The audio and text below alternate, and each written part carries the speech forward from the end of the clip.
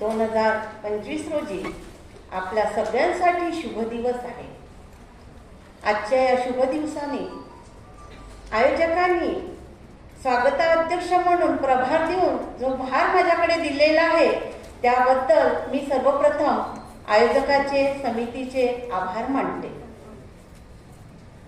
त्याचबरोबर राष्ट्रपिता महात्मा गांधी आणि भारत मातेचा चरण स्पर्श, आदरणीय व्यासपीठ, सन्माननीय मंच, या मंचावर उपस्थित चौथी राज्यस्तरीय निसर्गोपचार तज्ञांची परिषद आणि या परिषदासाठी आजच्या या कार्यक्रमाला लाभलेले सन्माननीय, माननीय, पूजनीय, आपल्याला लाभलेले सन्माननीय, माननीय, पूजनीय, वंदनीय ऋषितुल्य गुरुवर्य दादा जोशी आपल्याकडे आज विराजमान आहेत।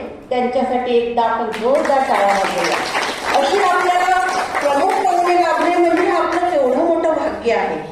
त्याचबरोबर आपल्या या व्यासपीठावर विराजमान तिसऱ्या राज्यस्तरीय निसर्ग उपचार परिषदेचे सन्माननीय, माननीय, पूजनीय, वंदनीय गुरुवर्य, योगाचार्य, ऋषीमुनी, योग महर्षी म्हणता येईल, डॉक्टर हेमंतजी खेडेकर सर यांच्याहीसाठी आपण स्वागत करूया।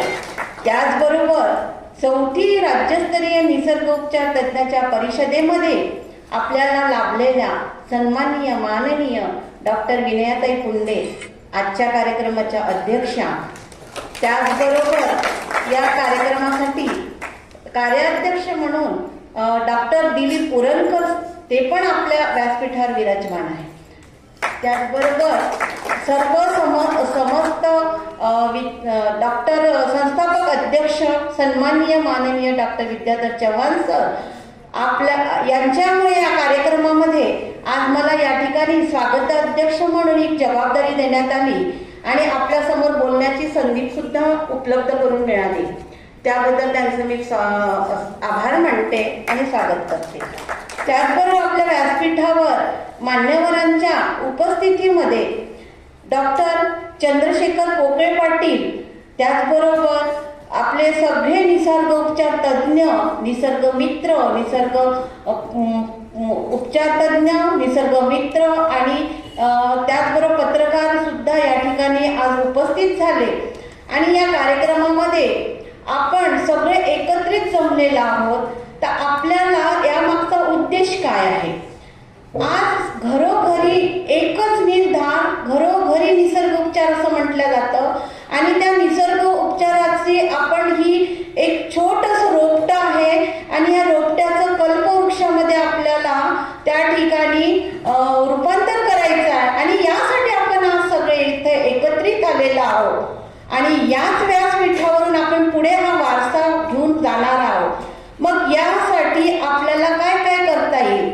आताच प्रास्ताविकी भाषणेमध्ये आपल्याला निसर्गोपचाराबद्दल भरपूर माहिती मिळाली आहे, तरी पण काही गोष्टी आपल्या आज निसर्ग उपचारासाठी अत्यंत महत्त्वाच्या आहेत। मग चौथी राज्यस्तरीय निसर्गोपचार तज्ञांची परिषद यामध्ये नवीन अध्यक्ष मॅडम, नवीन कार्याध्यक्ष, नवीन स्वागताध्यक्ष यांच्या संकल्पनेतून, यांच्या विचारातून आणखी काही नवीन करता येईल का, या उद्देशाने आपल्याला ही परिषद पुढे न्यायची आहे। मग यासाठी आपल्याला सगळ्यात महत्त्वाचं म्हणजे आपल्याला महत्त्वाची गोष्ट म्हणजे आपल्याला स्वस्थ जीवन कसं मिळेल। राष्ट्रपिता महात्मा गांधी यांची स्वास्थ्य अवलंबनातून स्वावलंबनाकडे, स्वावलंबनाकडून स्वास्थ्य अवलंबनाकडे अशी कल्पना आहे आणि त्यातून आत्मनिर्भर आपण तयार व्हायला पाहिजे। मग यामध्ये सगळ्यात महत्त्वाचा जर घटक असेल तर ते आपलं उत्तम आरोग्य, उत्तम स्वास्थ्य कसं राखता येईल आणि त्याच्यासाठी मी आज त्यावर थोडंसं आपल्याला दोन गोष्टी सांगू इच्छिते। म्हणजे आहार आणि आरोग्य यांचा मनुष्याच्या जीवनावर पडणारा परिणाम किंवा त्यातून आपण कसं आपल्याला चांगलं करता, आपल्याला स्वास्थ्य कसं चांगलं करता येईल। मग यामध्ये एक मला संत कबीराचं वाक्य आठवतं, यह मन लालची समझे नहीं गवार, यह मन लालची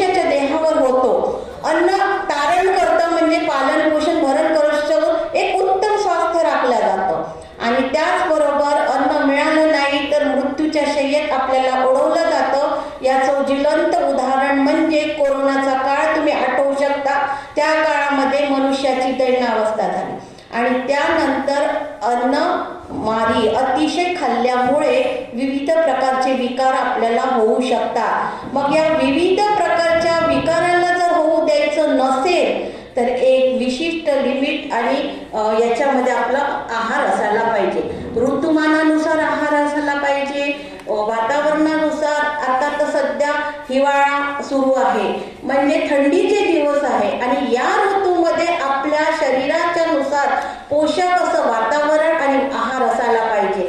म्हणजे थंडीमध्ये तुम्हाला गरम वस्तू खायच्या असतात कारण थंडीमध्ये जर थंडी घाला तर ते बाध्य होईल, स्वास्थ्याला हानिकारक होईल आणि त्याच्यासाठी तुम्ही जर आपण साधे उपचार काय असतं, घरातून स्वयंपाक घरातून तयार झालेले उपचार असतात. सगळ्या महिलांना ह्या आपल्याला आरोग्याविषयी सतर्क राहण्याची गरज आहे आणि त्यातूनच आपल्या स्वयंपाक घरातून हे उपचार आपण आपल्या परिवारासाठी चांगल्या प्रकारे उत्तम करू शकतो. मनुष्य बिमार झाल्यावर दवाखान्यात जातो आणि विविध औषध विविध स्वतःवर शस्त्रक्रिया वगैरे करून आपलं जीवन वेगळं म्हणजे शरीराला यातना पोहोचवतो.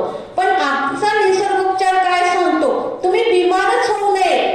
मग बिमार होऊ नये त्याच्यासाठी आपल्याला काय करायला पाहिजे, आपलं शरीर सुदृढ असायला पाहिजे, निकोप आहार असायला पाहिजे, चांगलं योग प्राणायाम व्यायाम असायला पाहिजे. आपल्या समोर इथे ऋषितुल्य ऋषी योग गुरु बसलेले आहेत.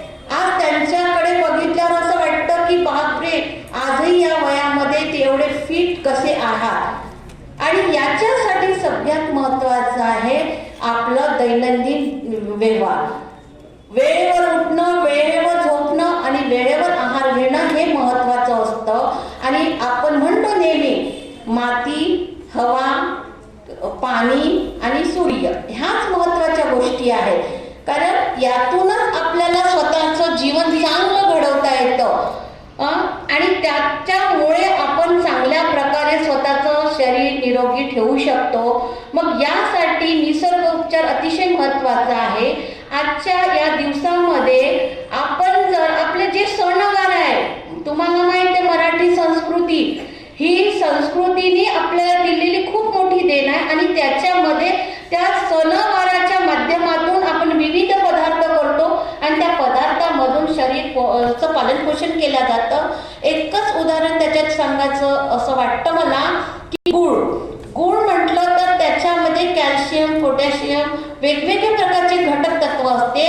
म्हणून आपल्या प्रत्येक सणारंभाला किंवा एखाद्या कार्यक्रमाला गुळ खोबरं असेल, गुळ शेंगदाणे असेल, गुळ चणे असेल, अशा प्रकारचा पदार्थ प्रसाद म्हणून वाटला जातो.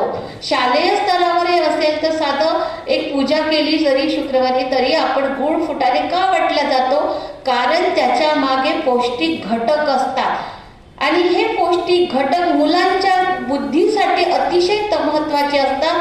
म्हणून वेळोवेळी आपण अशा प्रकारे आपल्या पदार्थाला जर आपल्या जेवणाच्या आहारामध्ये जर समावेश केला तर नक्कीच आपण स्वस्थ राहू शकतो आणि एक चांगलं जीवन सुद्धा आपण त्या ठिकाणी जगू शकतो. आणि या निसर्ग उपचाराच्या परिषदेमध्ये वेगवेगळ्या भागातून आलेले सगळे निसर्गोपचार तज्ज्ञ यांच्याजवळ खजाना आहे आणि ह्या खजान्याची देवाणघेवाण एकमेकांना होण्यासाठी या डायरीच्या माध्यमातून, पुस्तकाच्या माध्यमातून, अभ्यासाच्या माध्यमातून लोकांपर्यंत ते ज्ञान पोहोचलं पाहिजे असा आपला त्यामागचा उद्देश आहे. सर्वसाधारण व्यक्तींना आपल्या भावना, आपल्या कल्पना, आपले विचार याच्यात मांडून आपण त्या लोकांना आणखी चांगलं कसं करू शकतो हा त्यामागचा उद्देश असतो. तर मग यासाठी आपल्याला आज जी डायरी मिळणार त्या डायरीमध्ये आपण आपलं लिहू शकतो. प्रत्येक निसर्गोपचारांना विचार करायचा आहे की आपण आपल्या भागामधील व्यक्तींना निरोगी कसं ठेवू शकतो, त्यांचं उत्तम स्वास्थ्य कसं राखू शकतो या दृष्टीने विचार केला पाहिजे.